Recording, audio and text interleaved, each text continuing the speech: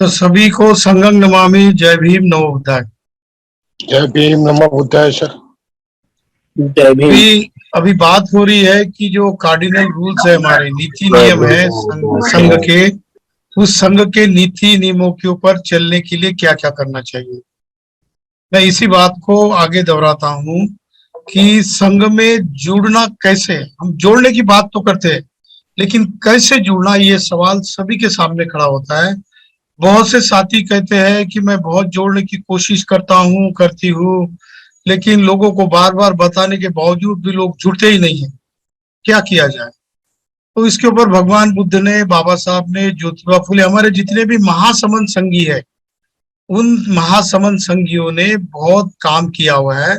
हमारी बात ऐसी है कि सिर्फ हमको इस समझ में लेना है और उसके ऊपर चलना है।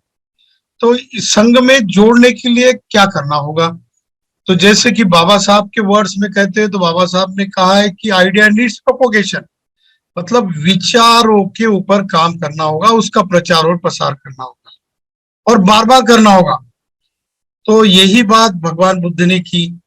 तो विचारों से लोगों को जोड़ सकते हैं, लेकिन सिर्फ विचारों से ही नहीं जोड़ सकते, तो विचारों से कन्विंस करके लोगों को जोड़ सकते हैं। और सिर्फ विचारों को कन्विंस करने से भी नहीं जुड़ते हैं, तो विचारों के ऊपर कृति करने से, एक्शन करने से लोग जुड़ते हैं। क्योंकि लोग आपको ऑब्जर्व करते हैं, आपकी बॉडी को, आपके माइंड को, यानी आपके विचारों को, और फिर वो आपको ऑब्जर्व करके देखते हैं कि नहीं, ये आदमी सही है, जैसा बोलता है वैसा ही ये काम भी करता है, कृति भी करता है, कर्म विपाक भी करता है। तो जैसा कर्म कहता है उसका विपाक होता है, ये वो सामने वाला ऑब्जर्व करता है। तो इसका मतलब है कि हमको विचारों से कन्विंस करना चाहिए, कर सकते हैं। विचारों के ऊपर अगर हम खुद आचरण करेंगे तो कन्विंसिंग पावर ज्यादा बढ़ेगी, और कन्विंसिंग पावर बढ़ने के बाद उस चीज को हम बार बार अगर दोहराते रहे तो लोग जुड़ते जाते हैं। ये अनुभव है भगवान बुद्ध का, ये अनुभव है सम्राट अशोक का, ये अनुभव है कबीर का, ये अनुभव है ज्योतिबा फूले का, ये अनुभव है डॉक्टर बाबा साहब अम्बेडकर का। तो उदाहरण के तौर पे एक दो बातें बताना चाहता हूँ। जब भगवान बुद्ध नहीं थे, जब सिद्धार्थ गौतम थे, तब उनके विचारों में, उनके मन में बहुत खलबली मची हुई होती थी। वो सोचते थे कि लोग दुखी क्यों हैं, सारी दुनिया दुखी क्यों है, मैं इतना सुख में हूँ, जैसा कि मेरे पास सारी संपत्ति है, सारा सुख है, सब कुछ है, लेकिन फिर भी मेरा मन दुखी क्यों है। तो जब वो दुख और सुख के बारे में सोचते थे तो उनका डायलॉग यशोधरा से, यानी गोपा से होता था। तो गोपा उनको बहुत क्वेश्चन पूछती थी कि भगवंत, या फिर जो भी कहती होंगी, सिद्धार्थ कहती होंगी, गौतम कहती होंगी, या जो भी कुछ कहती होंगी, तो पूछती है कि क्या चीज होती है कि आदमी दुखी होता है। तो सिद्धार्थ बोलता है कि मैं तो वही गोपा खोज रहा हूँ, मैं समझ ही नहीं पा रहा हूँ तो कैसे मैं अपने विचारों से खोजूं कि लोग दुखी क्यों होते हैं। मेरे पास इतनी संपत्ति है, इतने महल है, आप जैसी प्रिय पत्नी है, लेकिन फिर भी मैं दुखी रहता हूँ, इसका कारण क्या है, यही मुझे बात खोजनी है। तो बुद्ध विचारों के पीछे लग जाते हैं और देखते देखते खोज लेते हैं कि कैसे खोजा जाता है। तो बुद्ध की खोज जो है वो एक बहुत बड़ा साइंटिफिक डिस्कवरी है। तो बुद्ध खोजते हैं कि विचारों से लोगों को अगर कन्वर्ट करना है तो पहले उन विचारों के ऊपर खुद को चलना होगा, और वो विचार ऐसे होने चाहिए कि जिससे कि इस दुनिया के हर इंसान का भलाई होना चाहिए। तो वो विचार खोजते चले जाते हैं तो देखते हैं कि ये संवेदनाओं के रूप में है। संवेदना सुखद है, दुखद है, असुखद है, अदुखद है। इसका स्टडी करते हैं और देखते देखते ये देखते हैं कि ये संवेदना ऐसी है कि ये अनित्य स्वरूप में है, जो आती है, उभरती है, एक क्लाइमेक्स में जाती है, फिर नीचे नीचे चली जाती है और नष्ट हो जाती है। उपज्जत्वा निरुद्धन्ति, उत्पादित होती है और नष्ट हो जाती है। तो फिर वो ऑब्जर्व करते करते देखते हैं कि जो इंसान अपनी संवेदनाओं को देखता है और संवेदनाओं के अस्तित्व को भी देखता है, उसके अनित्य स्वरूप को भी देखता है, उसके अनात्म स्वरूप को भी देखता है, क्योंकि वो परमानेंट नहीं होती। कोई भी चीज इस दुनिया में जो है, सब्बे संकारा अनिच्छाति, जो भी निर्माण होती है चीज वो नष्ट हो जाती है। अगर जो भी निर्माण होकर नष्ट होने वाली चीज होती है तो परमानेंट कैसे होगी? फिर अगर कोई आत्मा नाम की चीज है तो वो परमानेंट कैसे होगी? इसीलिए अनात्मा थ्योरी आ जाती है, अनात्मवादी थ्योरी आ जाती है। तो बुद्ध फिर यही विचारों की खोज खोजते खोजते फिर जब चले जाते हैं घर बुद्ध बनने के बाद, तो यशोधरा के साथ उनका संवाद होता है। बुद्ध चरितम नाम का बुद्ध घोष या अश्वघोष कहो, इन्होंने जो नाटक लिखा है वो दुनिया का सबसे बेहतरीन नाटक है, ऐसे क्लासिकल जो एनालिस्ट है, समीक्षक है, वो कहते हैं। हम कहते हैं कि कालिदास का मेघदूत सबसे बड़ा क्लासिकल ड्रामा है, लेकिन कालिदास ने अपने नाटक लिखते वक्त ये लिखा है कि मैंने नाटक की जो शैली है मेरे गुरु बुद्ध घोष या अश्वघोष से ली है। ये कितने लोगों को पता है? लेकिन ये सच्चाई है कि सबसे पहले नाटककार जो है शैली में लिखने वाले, वो बुद्ध चरितम के बुद्ध घोष या अश्वघोष है। तो ये शैली भगवान बुद्ध के पास थी लोगों को कन्विंस करने की, और लोगों को भगवान बुद्ध अपने विचारों से कन्विंस करते थे। लेकिन बुद्ध के विचारों को ही लोग क्यों प्रभावित होते थे उनसे? क्योंकि बुद्ध जो बोलते थे वो उसके ऊपर खुद आचरण करते थे। कहते थे कि यही पस्सी को अपनाई को पचतंग वेदितव्यो, आओ देखो परखो जानो, खुद उसके ऊपर आचरण करो तो लोग आपके साथ जुड़ जाएंगे। और बुद्ध ने यही बात यशोधरा के साथ, गोपा के साथ बार बार डिस्कस की, पहले भी डिस्कस की, और बुद्ध होने के बाद तो फिर तो बुद्ध तो आलोक उदपादि यानी उनको प्रकाश जैसा हुआ था। उनके सानिध्य में आने वाला आदमी भी 1 मिनट में कन्विंस हो जाता था, क्योंकि वो बॉडी और माइंड का ऐसा कॉम्बिनेशन हुआ था कि उनको देखकर ही उनसे उनका इतना प्रभाव पड़ जाता कि लोग उनके पीछे पड़ जाते।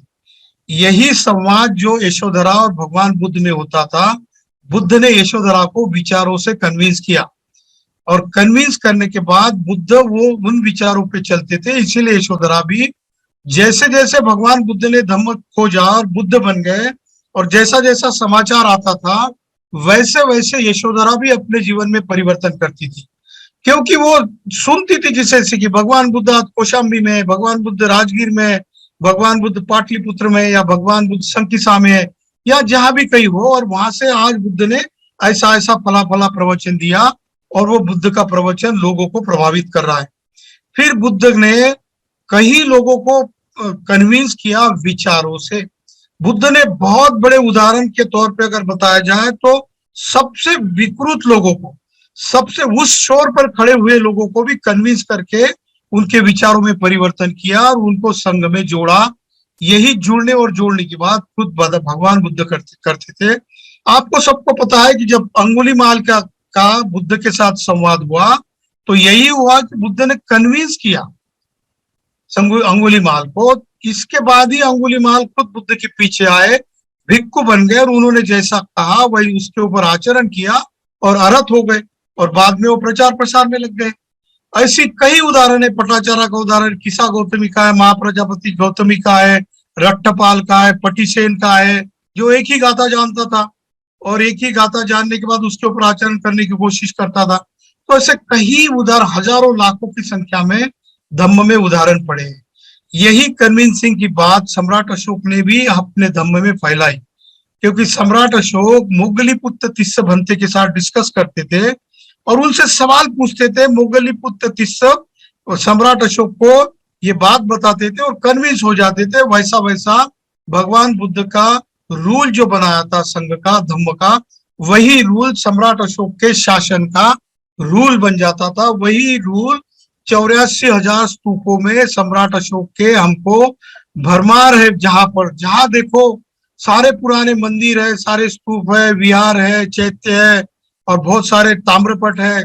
जहां भी देखो सम्राट अशोक ने बुद्ध के विचारों से प्रभावित होकर लोगों को कन्विंस कैसे किया गया, यही बातों को, भगवान बुद्ध की बातों को सम्राट अशोक ने अपने शिलालेखों पर लिखा।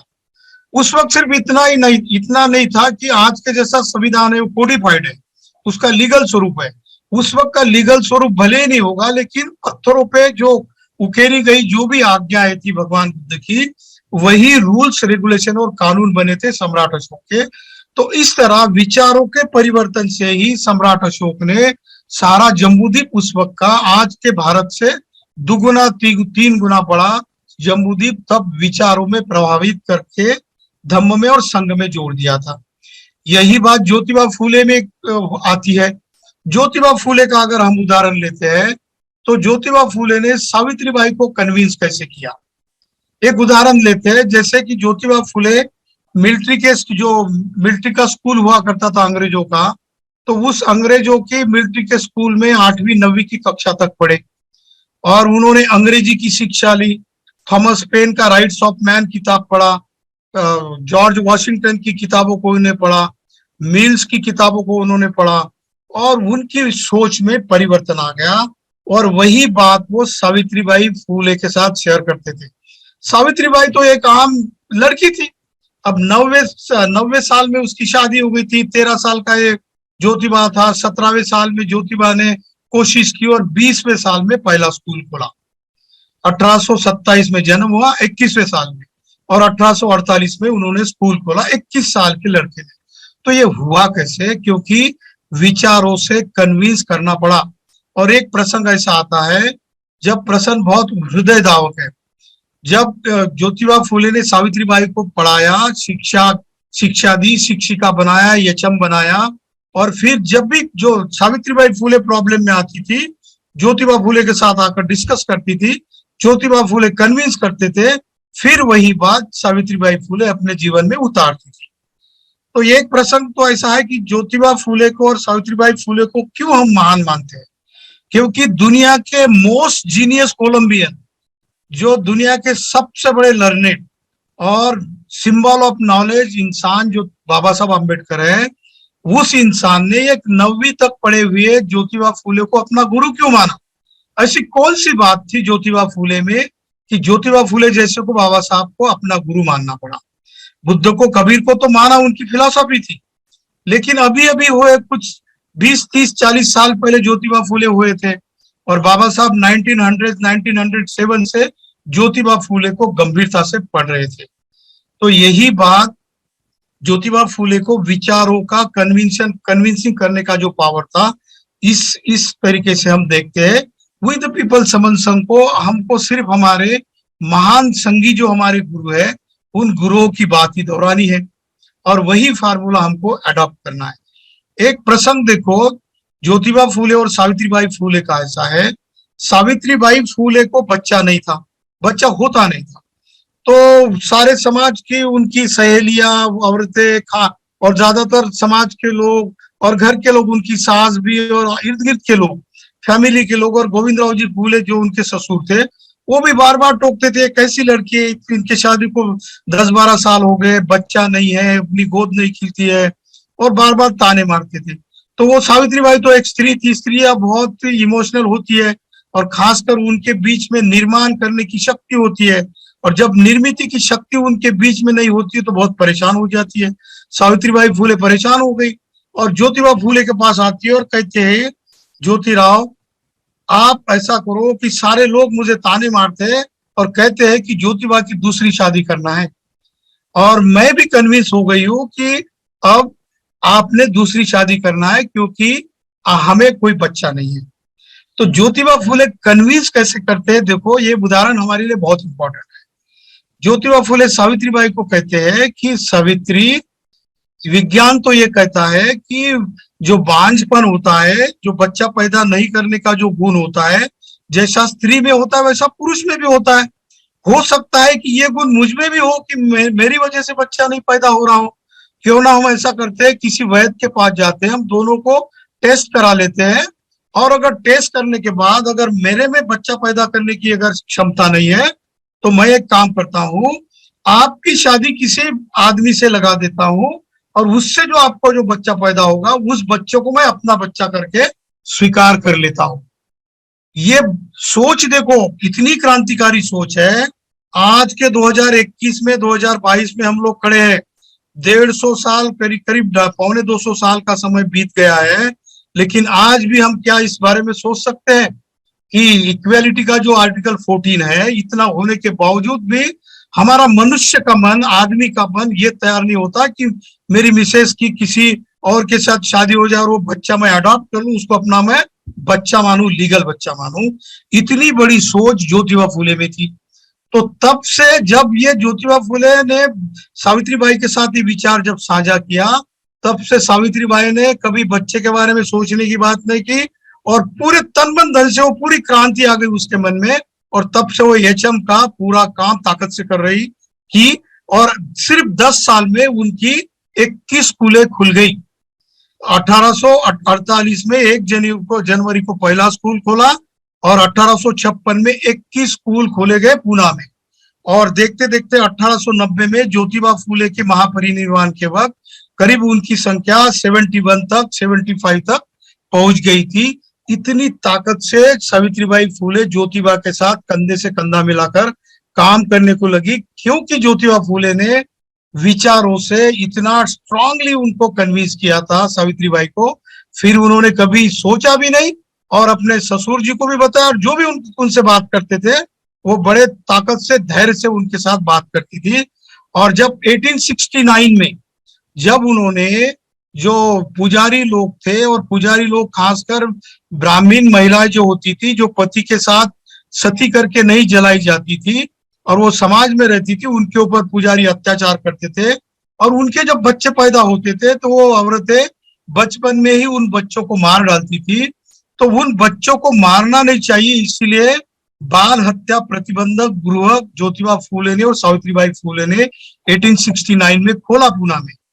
तो उसी में का एक ब्राह्मण स्त्री का जो बच्चा था यशवंत, उसको गोद में लिया और उनको लीगल राइट्स भी दिए गए, उसको डॉक्टर भी बनाया गया। इतनी बड़ी सोच जो है ज्योतिबा फुले ने सावित्रीबाई फुले को जब कन्विंस की, तो सावित्रीबाई ने हजारों स्त्रियों को कन्विंस किया। यही बात जो है, जब हम विचार के ऊपर काम करते हैं और विचारों का बार बार हम प्रचार प्रसार करते हैं और उन विचारों को हमारे मन में ले लेते हैं, तब हमारे बीच में कन्विंसिंग पावर आ जाती है, तब जाके लोग जुड़ते हैं, क्योंकि उन विचारों के ऊपर हम खुद चलते हैं। ऐसा ही विचार बाबा साहब का और रमाई का है। 1927 में जब महाड़ का आंदोलन चला और बाबा साहब ने रेडिकल मूवमेंट भी चलाया, जो रेडिकल मूवमेंट अमेरिका से आया था, बाबा साहब के जो गुरु थे प्रोफेसर केविन, क्या कहते हैं उनको, जॉन ड्यूई और प्रोफेसर गोल्डन वाइजर, और ये इन लोगों से बाबा साहब ने रेडिकल मूवमेंट में वहां पर शिक्षा की और वही बात इंप्लीमेंट करने की कोशिश की भारत में। तो उस वक्त ये बात हुई 1927 में बाबा साहब ने काम शुरू किया, और 1934-35 तक बात आई, जब 35 में जब बाबा साहब को खुद घोषणा करने के पहले रमाई के साथ डिस्कस करते थे, तो रमाई बोलती थी कि बाबा साहब, आप तो लोगों को दुरुस्त करने की बात करते हो, लेकिन मैं कुछ नहीं जानती, आप ऐसा करो पंढरपुर को चलो, मुझे उस विट्ठल के दर्शन करने हैं। तो बाबा साहब को कन्विंस करने का बड़ा मौका आ गया, क्योंकि बाबा साहब ने रमाई को खुद पढ़ाया लिखाया, फिर वो किताबें भी पढ़ती थी। तो ये प्रसंग बड़ा हृदय द्रावक है, ये एक नाटक में कई सारे नाटकों में आया हुआ है। तो जब रमाई कहती है कि बाबा साहब पंडरी में चलो, मुझे विट्ठल के पैर पे माथा टेकना है, तो बाबा साहब कहते हैं, रमा, जब हम पंढरपुर जाते हैं तो पंढरपुर के मंदिर में हमको आने कौन देता है? क्या तुमको पंढरपुर के मंदिर में पंढरपुर के विट्ठल का दर्शन करने का मौका है? तो कहती है, नहीं है, ऐसा करो बाबा साहब, फिर भी चलो, मैं बाहर से विट्ठल का दर्शन कर लूंगी, तो मेरा मन शांत हो जाएगा। तब बाबा साहब कहते हैं, रमा, ये तुम्हारा विट्ठल जो है ना, वो हम लोगों को दर्शन नहीं देता, हम हमारा खुद का पंढरपुर खुद निर्माण करेंगे, और उस पंढरपुर की दीक्षा जब तुम लोगी तो तुमको पंढरपुर के विट्ठल के पास जाने की जरूरत नहीं होगी। उस दिन से रमाई ने बाबा साहब को कभी मंदिर में जाने के बारे में, कभी विट्ठल के दर्शन करने के बारे में, या किसी देवी देवताओं के बारे में कभी भी बात नहीं दोहराई। तो ये जो कन्विंसिंग पावर है, हमारे महान समंत संगी जो तथागत सम्यक संबुद्ध है, सम्राट अशोक है, ज्योतिबा फुले, बाबा साहब है, इन्होंने अपने जीवन में अपनाई थी, वही बात हमको दोहरानी है। तो इसके लिए करना क्या है? यही पश्चिको उपनायको पचत्तंग वेदी तब्बो, जो बात निसर्ग का नियम है, जो बात अंतिम सत्य है, और जो बात खरी उतरती है, जो बहुजन हिताय बहुजन सुखाय लोकानुकंपाय अत्ता हिताय अनन्या हिताय सत्ता देव मनुष्यानंग आदि कल्याणंग मध्य कल्याणंग परियोसानंग कल्याणंग, जो शुरू में भी कल्याणकारी है, मध्य में भी कल्याणकारी है और अंत में भी कल्याणकारी है, उसको हमको यही पद्धति को यानी उसका आचरण करना है, उसके ऊपर चलना है। जैसे जैसे हम इन्हीं विचारों के ऊपर खुद चलेंगे और लोगों को कन्विंस करने की कोशिश करेंगे, तब जाके लोग जुड़ने वाले हैं। लोग तो आपकी बातों को नहीं, सिर्फ आपके बॉडी लैंग्वेज को देख के जुड़ जाएंगे बाद में। जैसे कि हमारे बीच में कुछ ऐसे वक्ता है जिनको सुनने के बाद अगर कोई कितना भी बड़ा नहीं बोलता है कि मैं संघ में जुड़ूंगा नहीं, लेकिन उसका एक प्रवचन सुनता है, संघ का वी द पीपल का कंसेप्ट सुनता है और देखते देखते खट से जुड़ जाता है। तो वो वक्त आने की देरी होती है कि हमने उसको कितना कन्विंस किया और हमने विचारों का उसके मन में कितना प्रादुर्भाव किया, इसके ऊपर निर्भर होता है कि लोग कैसे जुड़ने वाले हैं और लोगों को हम कैसे जोड़ने वाले हैं। इसका सबसे पहला सूत्र है कि क्या मैं तहे दिल से इस संघ के आइडिया को, संघ की फिलॉसफी को, संघ के कंसेप्ट को समझ पाया हूं। जिस दिन मैं 100% विद पीपल समन संघ के कंसेप्ट को समझ पाता हूं, तो मुझे बताने की जरूरत नहीं होती कि लोगों को जुड़ना है या जोड़ना है। और जैसे ये मेरा मन खुद को मैं परिवर्तित करता हूं और जब मैं लोगों के बीच जाता हूं तो लोगों की भीड़ लग जाती है जुड़ने की। ये मेरा खुद का भी अनुभव है। मैं बहुत सारे लोगों के साथ जब जाता हूं और लोगों को बताता हूं तो लोग मुझे ऑब्जर्व करते हैं कि सही कह रहा है, गलत कह रहा है, कहीं मुझे कन्विंस करके फंसाना तो नहीं चाहता है, अपनी विचारधारा में लाना तो नहीं चाहता है। पहले ऐसा सोचते, लेकिन बार बार मैं जब बॉडी और माइंड के साथ उनके साथ बात करता हूँ, जब पॉजिटिव काम करता हूँ, ऐसा वो मुझे ऑब्जर्व करते हैं, तो वो खुद बोलते हैं कि हाँ सर मैं जुड़ जाता हूँ, आप मुझे लिंक भेज दो, और लोग जुड़ जाते हैं। ऐसा मेरा खुद निजी अनुभव है। तो इसीलिए हमको यही कार्डिनल रूल्स के ऊपर काम करना होगा। जो हमने 10 रूल बनाए हैं कार्डिनल, हो सकता है आगे जाके हमारे 38 रूल्स होंगे जो कि मंगल सूत्र में दिए हुए हैं। 38 ऐसे कार्डिनल रूल्स है जिसको कि हमको खुद समझना होगा और उसके ऊपर आचरण करना होगा। और जैसे जैसे हम इन कार्डिनल रूल को खुद अपनाएंगे, खुद उसका आचरण करेंगे, तो लोग भीड़ में आ जाएंगे। जैसा कि सुधीर राज सिंह सर ने कहा कि देखते देखते हम लोग अगर पूरे परिपक्व हो जाते हैं तो लोग हजारों की संख्या में 50,000, 1 लाख, 10 लाख, 1 करोड़ तक लोग हमारे साथ जुड़ेंगे। ये निर्भर करता है कि हम कितने परिपक्व हैं। एक मराठी में एक कविता है, वो कवि कहता है कि जैसे फल अपने आप जब पकता है और फल अपने आप जब नीचे गिर जाता है, तो उसका गुणधर्म कैसा है कि जैसा मेरा अहंकार है, जैसा फल पकने के बाद उसको बोलना नहीं पड़ता कि नीचे गिरना है, वो अपने आप नीचे गिरता है। जैसे मेरा जो अहंकार है, जब समन संघ में आने के बाद वो विलीन हो जाता है जैसे कि पका हुआ फल, तो उसको गिरने के लिए कहना नहीं पड़ता। मेरा अहंकार सारा का सारा पूरा विलीन हो जाता है, जैसे नदियां समुद्र में विलीन होती है, वैसा मेरा अहंकार जब विद पीपल समन संघ में मिल जाता है और मैं पाता हूं कि मैं उस फल की तरह परिपक्व हो गया हूं। मुझे बोलने की जरूरत नहीं होती कि मैं समन संघी हूं या नहीं हूं। लोग देखकर, मेरी बातों को देखकर, मेरी बॉडी लैंग्वेज को देखकर पहचानते हैं कि ये देखो ये समन संघी जा रहा है। बुद्ध के बारे में भी ऐसा ही लोग कहते हैं। एक वक्कली नाम का एक श्रोता था, एक उपासक था, वो बार बार भगवान बुद्ध के प्रवचन सुनने को आता था। वो भगवान बुद्ध के प्रवचन में क्या है इसमें उसका कोई इंटरेस्ट नहीं था, कोई रस नहीं था। वो भगवान बुद्ध के 32 लक्षण वाले पुरुष थे भगवान बुद्ध, तो उसकी ही वो प्रशंसा करता था। वो उनको देखता था कि भगवान की आंखें कितनी अच्छी है, भगवान के कान देखो कितने लंबे हैं, कितने दयालु है, भगवान बात कितने अच्छे करते हैं, भगवान के जो छोटे छोटे बाल आए हुए हैं कितने अच्छे, भगवान की शरीर ऐसी देखो, भगवान की ऊंचाई देखो, भगवान का बोलने का ढंग देखो। बस यही वक्कली करता था। बुद्ध ने वक्कली को देखा और एक बार वक्कली को बुद्ध ने खुद के पास बुलाया और पूछा कि वक्कली तुम क्या करते हो? तो वक्कली कहता है कि भगवंत मैं आपको ऑब्जर्व करता हूँ, देखता हूँ कि आप कितने महान हो। जब मैं आपके बॉडी को देखता हूँ, आपके चेहरे को देखता हूँ, आपके अगल बगल में जैसा सूर्य का कोरोना होता है, वो जो आलोक होता है, उसको मैं देखता हूँ तो मैं बहुत सदगदित हो जाता हूँ, मैं गदगद हो जाता हूँ, मैं खुश हो जाता हूँ। तो बुद्ध कहते हैं कि अरे वक्कली, ये तो शरीर मरने वाला है। बुद्ध कहते हैं कि पुत्तमत्ती धनमत्ती इति बालो विहति अत्ताई अत्तनोन्नति कुतो पुत्तो कुतो धन। अरे वक्कली, मेरा जो ये शरीर तुमको दिखाई दे रहा है, कुछ दिन के बाद बूढ़ा होने वाला है, जर्जर होने वाला है, मेरे शरीर में सुर्खुतियां पड़ेंगी और लोग मेरे तरफ देखने भी की कोशिश नहीं करेंगे, इतना मैं बूढ़ा हो जाऊंगा। तो इस शरीर को देखकर आपको क्या मिलेगा? तो कहता है कि वक्कली, मैं मेरे शरीर के ऊपर मत देखो, मैं जो कहता हूं उसके ऊपर आचरण करने की कोशिश करो। उस दिन ये संवाद जब वक्कली के साथ तथागत भगवान बुद्ध का होता है, वक्कली 180 डिग्री बदल जाता है और फिर बुद्ध वक्कली को आनापाना बताते हैं, विपश्यना बताते हैं, मेत्ता भावना बताते हैं और कसीना मेडिटेशन सिखाते हैं। और देखते देखते वक्कली संघ का सदस्य बन जाता है और वो अरहत हो जाता है। यही बात हमारे समन संघ में है। हम अगर समन संघ में जैसे जैसे जुड़ जाएंगे और हम खुद को परावर्तित करता हुआ महसूस करेंगे, हमारे बीच में जो परिवर्तन हुआ है ये खुद हम लोग जैसा जैसा महसूस करेंगे, तो लोग वैसे वैसे लाखों की करोड़ों की संख्या में भीड़ में आने वाले हैं।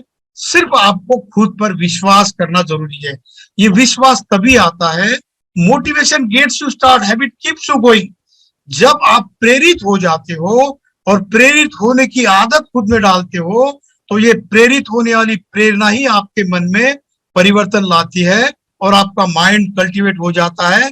क्योंकि बाबा साहब ने कहा कि cultivation of mind should be ultimate aim of human existence. आपके मन को खुद को कल्टीवेट करना है, उसकी सिंचाई करनी है। वो जितना आप उसको पानी दोगे, जितनी खाद दोगे, जितना आप कोशिश करोगे, उतना उतना आपका मन सिंचित हो जाएगा, विकसित हो जाएगा, उतनी बाहर आएगी। जैसा कि बाहर आ जाती किसी फल को, फूल को, वैसे ही आपके मन का भी होने वाला है। सिर्फ फर्क यह है कि हम क्या, हमारे बीच में अंडरस्टैंडिंग पावर है। बुद्ध कहते हैं कि understanding is the basic nature of universe. दूसरों को समझ लेना ये विश्व का सबसे बड़ा बेसिक गुण है। हम दूसरों को समझ ही नहीं लेते। मैं जो कहता हूं उतना ही सत्य है। इस बात पे अगर मैं अड़िग रहूं तो मेरे बीच में कोई परिवर्तन होने की कुछ भी संभावना नहीं है, जैसा कि वक्कली का था। लेकिन जब वक्कली को भगवान बुद्ध विचारों से कन्विंस करते हैं और वक्कली परावर्तित हो जाता है, और देखते देखते वक्कली में इतना बड़ा परिवर्तन आ जाता है कि वक्कली का खुद का एक समन संघ का एक घटक संघ हो जाता है। वक्कली के जैसे पट्टाचारा के, किसा गौतमी के अकेले की खुद की टीम होती थी। पट्टाचारा की 500 भिक्षुओं की टीम होती थी, और जब वो प्रवचन देने जाती थी तो जितनी भी भिक्षुनियां थी, देखते देखते पट्टाचारा की बात सुनकर संघ में आ जाती थी और संघ दिन गुना रात चौगुना बढ़ता था। यही बात हमको विद पीपल समन संघ में आने के बाद दोहरानी है। क्या मैं तैयार हूं? अगर मैं अपने मन की मैंने अपने मन के दरवाजों को अगर खोल के रखा है और इन अच्छी बातों को अगर मैं मन के अंदर ले लेने की क्षमता रखता हूं, तो ही मुझ में परिवर्तन आता है। और अगर मैं मेरे मन की दरवाजे और खिड़कियों को बंद करता हूं, तो चाहे कितना भी उसके ऊपर कोई पानी डाले, तो जैसा मटका उल्टा किया और उसके ऊपर कितना भी पानी डालो तो मटका भरता नहीं, ऐसा ही हमारा है। बहुत सारे लोग हमारे बीच में समाज में पड़े हुए, जो कि लोग मटके की तरह उल्टे पड़े हुए हैं। आप कितनी भी कोशिश करो उनके ऊपर पानी डालो, मटके की तरह भरते नहीं है। हमको सिर्फ इतना करना है कि उनके मटके को सीधा करना है।